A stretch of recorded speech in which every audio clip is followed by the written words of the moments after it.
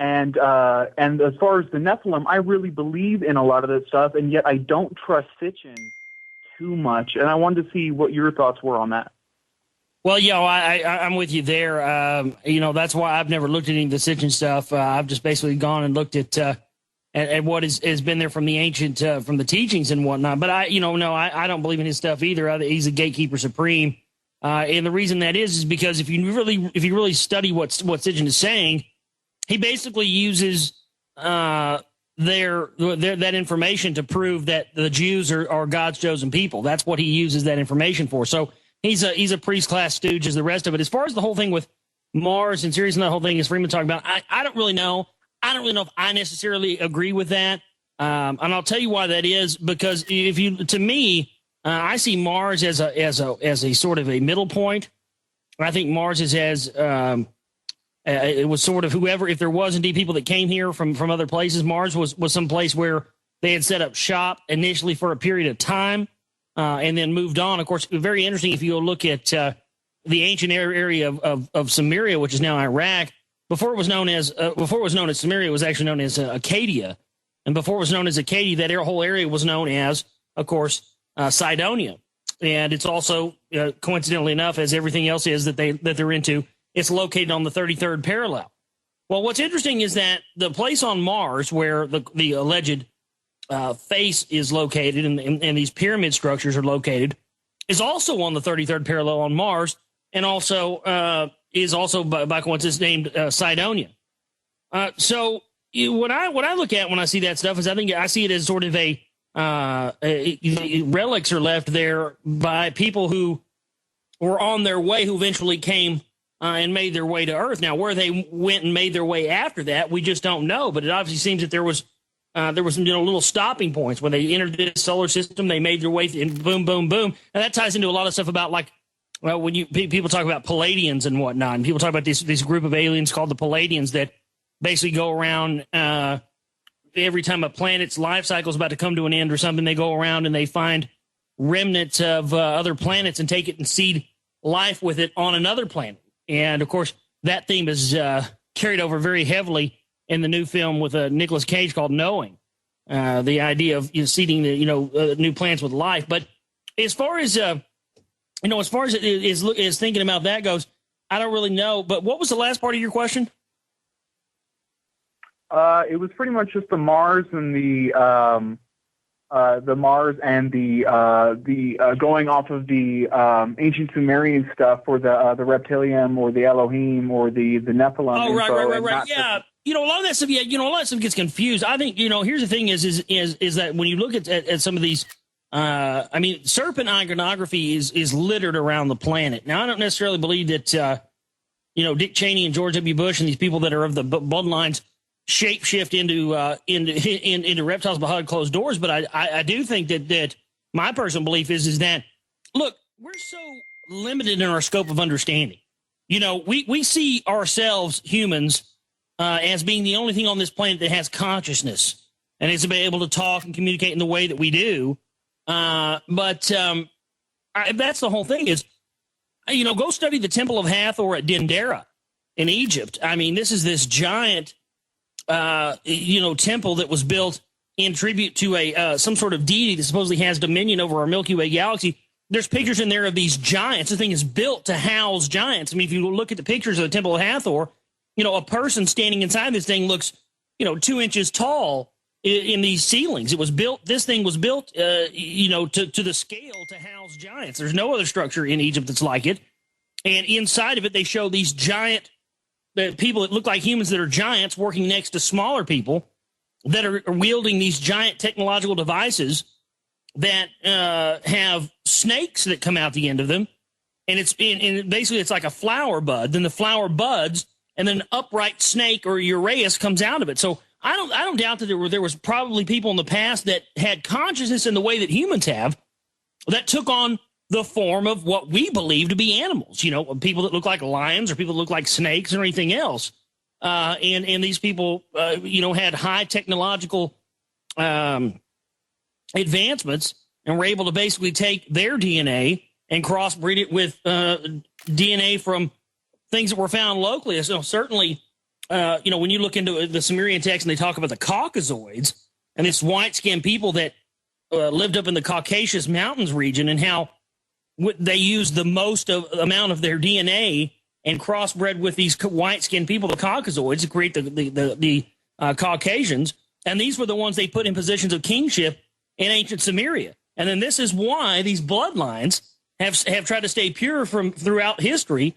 And of course, they spread out throughout the world, and they spread into throughout Europe and through Germany and through Rome, and then on up into Europe, and have now proceeded their conquest around the world. But I think that it's very interesting to me when you look at this stuff and you start to find out, is it a coincidence that it talked about putting these white-skinned people, the Caucasoids, made with the most of their DNA, and they put them in positions of kingship, and they were called the demigods. That's what the priest class, the original people that were created and put in positions of kingship in Sumeria, they were called the demigods, because they were considered to be just a bit below the actual gods. So, I just find it very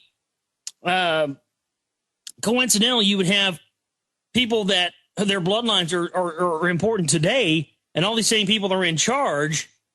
And these ancient texts talk about, them creating them, putting them in the positions of kingship, and why they look down upon us as not being, pure. I find it hard for that to be a coincidence, Everett. Yeah, I got you. All right, well, I appreciate you. Hey, take care, man. I got to go to break. Second hour around the corner, folks. This is the Global Reality. Stay with us. Back here with you on this Saturday night edition of the Global Reality. I'm your host, Josh Reeves. Thank you so much for being with us tonight. Glad you all could join us here. We're getting into some interesting information tonight. Sirius, extraterrestrials, the Dogon tribe, all of it. We're just going to get into all this. I had a ton of news here tonight. But you know what? F the news for now. Let's just get into this stuff and go to very interesting information. But you also do have one of them phone lines for you as well, 512-904-8014. And if you do happen to call it, just give me a minute to go to you, because if I'm in the middle of talking about something, it may make you sit there for a minute. But I will get to you. But we are back here. And don't forget, my newest film, Secret Right Volume 1, is now out. And you can get that at secretrightmovie.com. That's www.secretrightmovie.com if you'd like to get a DVD from us and help support our work. Yeah, it's very important information to get out there and to understand and to bring more into the fold and more into the language of this sort of research and work. So there you go. So we were talking about, before the break, we were talking about Sirius and how it relates to Egypt and whatnot. Well, let's talk a bit about how where Sirius has shown up in other civilizations other than just Egypt. The Dogon described this star specifically as having a circle of reddish rays around it. And this circle of rays is like a spot spreading, but remain the same size. The Dogon are a West African tribe who have known about and worship Sirius A and its twin invisible star Sirius B for the past 5,000 years. They have also been aware of the planets circling the sun in elliptical orbits, the four moons of Jupiter and the rings of Saturn. They say that Sirius B is immensely heavy, invisible, very small, yet extremely powerful. Their understanding of the two stars' orbits coincides exactly with modern astronomical findings, yet was arrived at thousands of years before it was scientifically proven. How do you explain that? Can somebody please tell me that? Because you can strip all of this stuff away, really, to me. You can strip all this belief system stuff away, and I believe that or I don't believe that. Well, first off, number one, and I've talked about this extensively over the past several weeks on the show, anybody who starts talking in absolutes, I think, talking in absolutes is dangerous. When the moment that you say, well, I would never believe that, that's not true. It's absolutely not true. I see so many people all the time. It's absolutely not true. The Anunnaki aren't real. It's absolutely not real. I know for a fact they're not real. Well, how do you know? Where's your proof? Well, I don't have any. Well, it's the same thing somebody says when they say, well, the Anunnaki or whoever, I'm just giving an example of that, or whoever, absolutely real. Well, where's your proof? Well, I don't have any. Well, okay, neither one of you then. So the absolute non-believer has no proof, and the absolute believer has no proof. So where does that lie? Well, that, again, somewhere in the middle of that where you just have to say, okay, we don't know. But look, strip all that away for a second. Strip all that away for a second and think about this. The Dogon knew 5,000 years ago about these orbits, and they knew about the rings of Saturn, and they knew about the 4 moons of Jupiter. 5,000 years ago, folks, long before science. Where'd they get that information? How'd they find that out? And you can go, to people now, to the Dogon tribe now, and they will point to Sirius, and they will say, we came from there. So, I mean, you strip all that away, folks. You strip away your belief systems and everything else, and you boil it down to you've got people that have been on this planet for 5,000 years that have had this information long before science ever proved any of it. I think that's very telling. I think that's, that right there should be a reason for you to be interested in this stuff. They also claim that a third star, the Emma Ya, the Sorghum female, exists in the Sirius system, larger and lighter than Sirius B. This star revolves around Sirius A as well. And that's where the original information for it being a 3-star system came from the Dogon. And there's been an extensive amount of information to cover that up. The Dogon also believed that approximately 5,000 years ago, amphibious gods called Nommo came to Earth in the 3-legged spaceship from the Sirius star system. They have described perfectly the DNA pattern made by the elliptical orbit created by the 2 stars as they rotate around each other. They believe Sirius to be the axis of the universe, and from it, all matter and all souls are produced in a great spiral motion. Well, that's interesting. And that's why when you look at how, the Trinity, the Tripantheon, as we talked about earlier, Osiris, Isis, Horus, or Jehovah, Baal, Osiris, or Isis, Amun-Ra, Elohim, pick one. It's all representative of the same thing. That's why it's very interesting. And that's why when the light bringer, when you read about in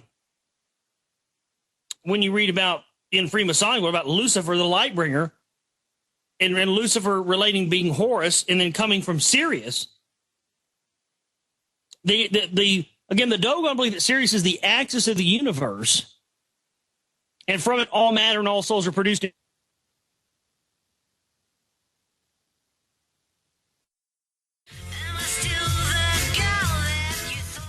All right, folks. Looks like we're back here. Give me a second. That was strange. I was sitting there talking. I wasn't doing anything on my computer. All of a sudden, I had a blue screen of death. And my computer completely crashed. Now, this computer is only about a year old. It's a quad core, 4 gigs of RAM, and I don't know what could have happened. I feel like I got hacked. That seemed like a hack. I think somebody wasn't too happy about what I was just talking about with what I was about to say.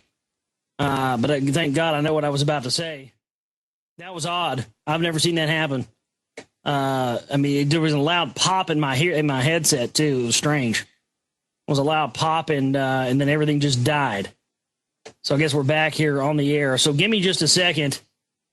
Hopefully I didn't lose all my stuff that I had up on my browser. I got to bring everything back up. I don't have anything here on my stream. So bear with me for a second as we're back, but I wanted to jump back on the stream as quickly as I possibly could so we didn't lose listeners. But, as I'm trying to bring this back up, and I remember right where I was at. And so with this, when you look into this stuff with the Sirius star system and you start to understand this Tripantheon and how the Dogon believe that, the spiral is sitting over the universe where, souls originate from. That's very interesting. It's almost as if that's what we've been told through religion heaven is, about heaven. And actually how it relates to this system where, if you were to go there in a physical body, you wouldn't really see anything. But how, there's etheric energy and soul energy exists and comes from, the Sirius system. So that's in of itself. Give me a second here just to bring everything back up. It was wild. Never have seen anything like that. I don't understand can't imagine what would have given me a blue screen of death like that, just to have a complete system crash. But just totally odd. Wow. Everything's coming back up here. I hate when this happens. All right. Yeah, okay. Now we're coming back up. Oh, man, I'm sorry about that. I apologize. I don't know what in the heck could have caused that. Very strange. Says it, yeah, it just says that you received a message from because a hardware device's driver-related software has caused a blue screen error. Who knows? But nonetheless, let's continue here. The Dogon believes Sirius to be the axis of the universe.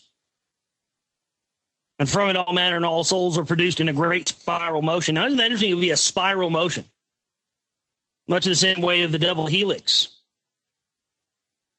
In Greek mythology, Orion's dog became Sirius. The Greeks also associated Sirius with the heat of summer. The name Sirius is often translated to the scorcher.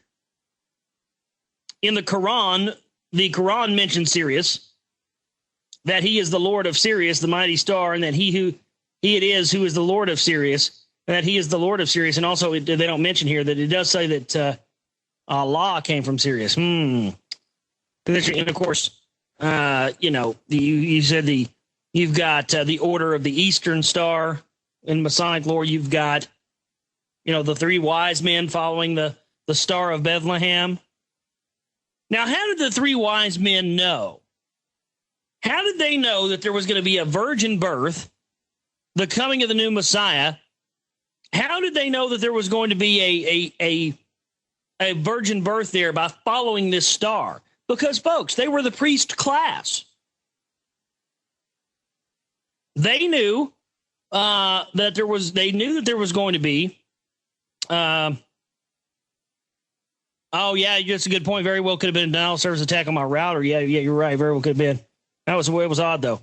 But they knew full well that there was going to, come on, folks, virgin birth. What do you think that is? That's code for genetic manipulation. Have you not figured that out yet? Artificial insemination. So they knew full well of this. That's why, and they knew that energy and that soul energy that was going to be inhabiting in that body was coming from that area. That's what they knew. Because again, all these are reincarnations of the same thing. You go back and you study Ea. Old Testament prophecy told them, yeah, I don't believe that. If you believe that, go right ahead and believe it. But you go back and you study the original secret society, the Brotherhood of the Snake, the Brotherhood of the Serpent, and Ea, whose father Anu. Of course, Anu Naki means the princes of the gods, the one true God.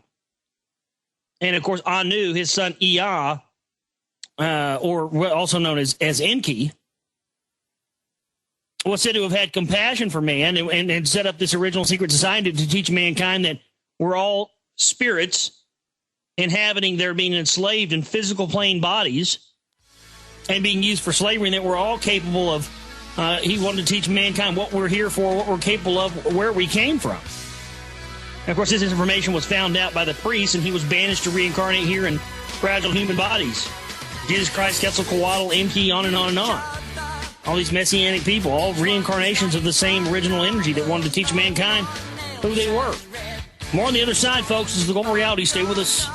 Back here with you on Global Reality on this Saturday night edition of the show. I'm your host, Josh Reeves. Thank you for being with us tonight. Don't forget, I think as far as I know, there's going to be, from what Doug Owens said, there will be a live Oracle Unplugged tonight following this program at midnight Central Standard Time tonight. So there you go. You can go and check that out if that's where if you're interested to do so. It's there. Oracle Unplugged is always a bunch of hosts get together and just throw it down for a couple hours. But tonight we're talking about the Sirius star system and how the various things that it relates to. And I'd like to read more about the Dogon. The primitive culture of Dogons is the most fascinating discovery for modern man. For this culture of simplicity, untouched and unknown until recently, might hold the keys to unlock the mysteries of modern-day man. He has roots in religion. Sometimes if you can't solve the mystery on one end of the spectrum, it's suggested to try it from the other end. And the Dogons is definitely the opposite end of the spectrum of modern-day man. Taking this into account, Let's take a look at the Dogons and their beliefs. The Dogon culture, untouched by the influence of modern religion, still live by the words of their ancient ancestors, abiding by a tradition that has been passed down to them by spiritual guides and teachers that came from the stars called Nomos. Although modern-day theologians would like to sweep this under the rug, the story is out and is here.